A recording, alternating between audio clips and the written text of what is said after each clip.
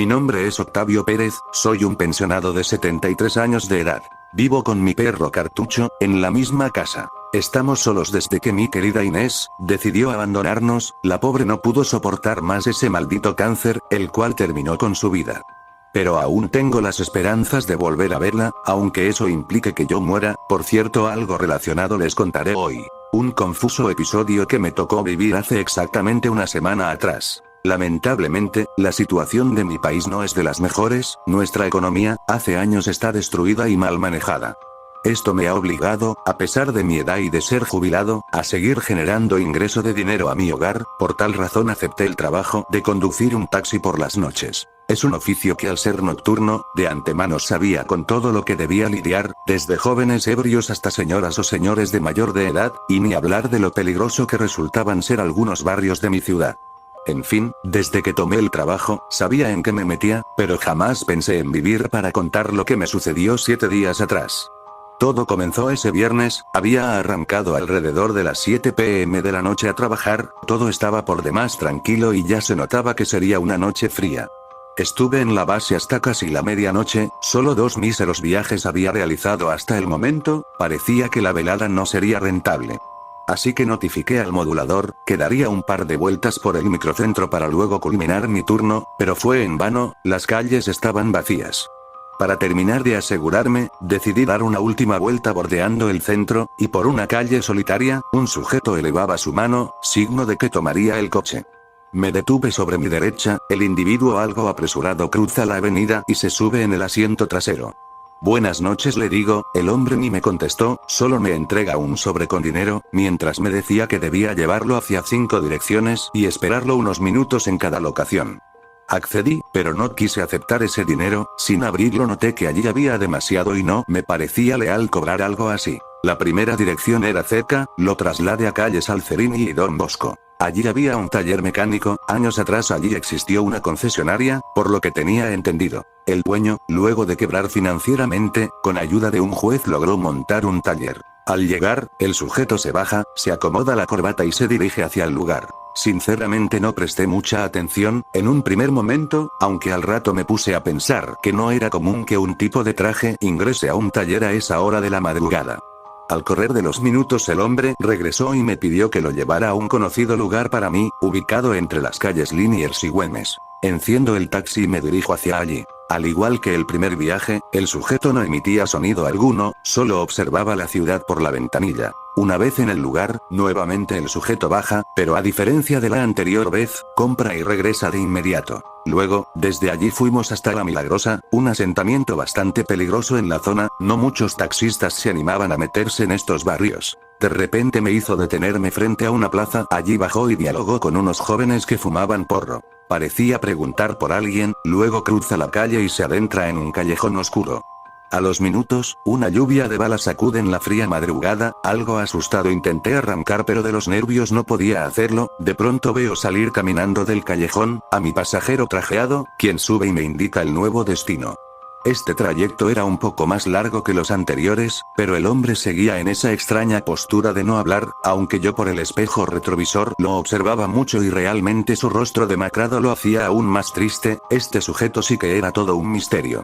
Pronto llegamos a una vivienda. Como en toda la noche el hombre bajó y a los minutos regresó para indicarme la siguiente dirección, y la verdad, me sorprendió.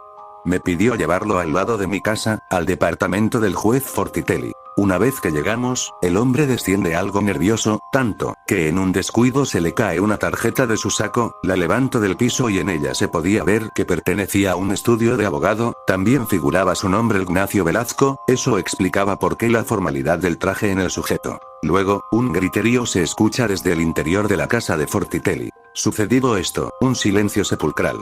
Ni bien se asoma Velasco, le pregunté qué había sucedido. Esta vez me respondió que no había pasado nada y que solo lo llevara hacia una última dirección, calle España al final. Esta vez lo noté más tranquilo al hombre. Yo me moría por preguntarle qué era todo esto que hacíamos, pero realmente temía en hacerlo. Había algo raro en ese tal Ignacio Velasco que no me cuadraba. De repente, el hombre me ordena frenar y se baja sin siquiera dirigirme la mirada. Noté que había vuelto a dejar el sobre con dinero en el asiento trasero. Lo agarré y al abrirlo no podía creer lo que veía. $10.000 en efectivo y un pendrive. Me apresuré en dejar el vehículo y traté de alcanzarlo, mientras observó a Velazco ingresar al cementerio. Muy extraño todo esto. Pero necesitaba devolverlo, no podía aceptar todo ese dinero. Cuando entró al Campo Santo, comienzo a buscarlo por todos los rincones, pero no daba con su paradero. ¿Dónde se pudo haber metido este tipo?, pensaba. Hasta que de repente me acerco al portero del cementerio municipal, a quien le explico todo lo sucedido. El hombre, muy amable, solicita que lo acompañe, él me llevaría con Velazco. Fue así que subimos unas largas escalinatas, hasta llegar a un panteón. Me quedo mirando al portero, como diciéndole, ¿qué hacíamos allí?, mientras el hombre señalaba un nicho, donde en la lápida se podía leer el nombre de Ignacio Velazco, fallecido el 5 de febrero de 2016, la cual además tenía una fotografía y era el mismo sujeto que hace minutos atrás, viajaba sentado en el asiento trasero de mi taxi. Después de eso, regresé a mi casa, no podía comprender que toda la noche había deambulado con un pasajero fantasma.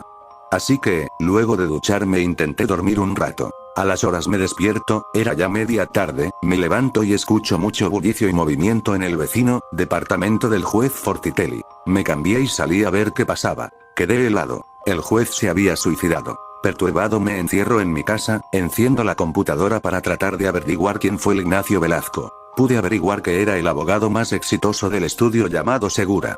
Pero que su vida laboral comenzó a irse en picada cuando intentó esclarecer la muerte accidental de la joven Clarisa Ávila. La jovencita falleció en el acto, cuando fue atropellada por un sujeto llamado Elías Moretti, de la policía, quien estando de civil la colisionó con su vehículo particular. Según Velazco, el acusado estaba bajo efectos de alcohol y drogas, pruebas que fueron manipuladas y alteradas por el juez Fortitelli, quien además anuló la presentación de Velazco, donde demostraba pruebas contundentes que Moretti esa misma noche no solo adquirió alcohol de la calle, sino que además se trasladó a comprar drogas. Esta carpetilla jamás llegó a la fiscalía, ya que el corrupto juez la hizo desaparecer. El caso resultó a favor de Moretti, a quien extrañamente se le halló un defecto de fabricación en la revisión técnica de su vehículo, el cual fue realizado por Ismael Fuertes, propietario del taller llamado La Tuerca. Realmente estaba helado. Todas estas personas fueron visitadas por mi pasajero fantasma aquella noche. Ese mismo día, al encender la televisión veo en las noticias un informe donde aparte de la muerte del juez, daba la primicia de los suicidios de un mecánico, el de un traficante de drogas y el de un cabo de la policía. A los días, me dispongo a mirar qué había en el pendrive que estaba en el sobre que me había dado Velazco esa noche, le doy clic a un vídeo con fecha de febrero del 2016. En él se puede observar al juez Fortitelli acribillando a tiros a un leal abogado llamado Ignacio Velazco.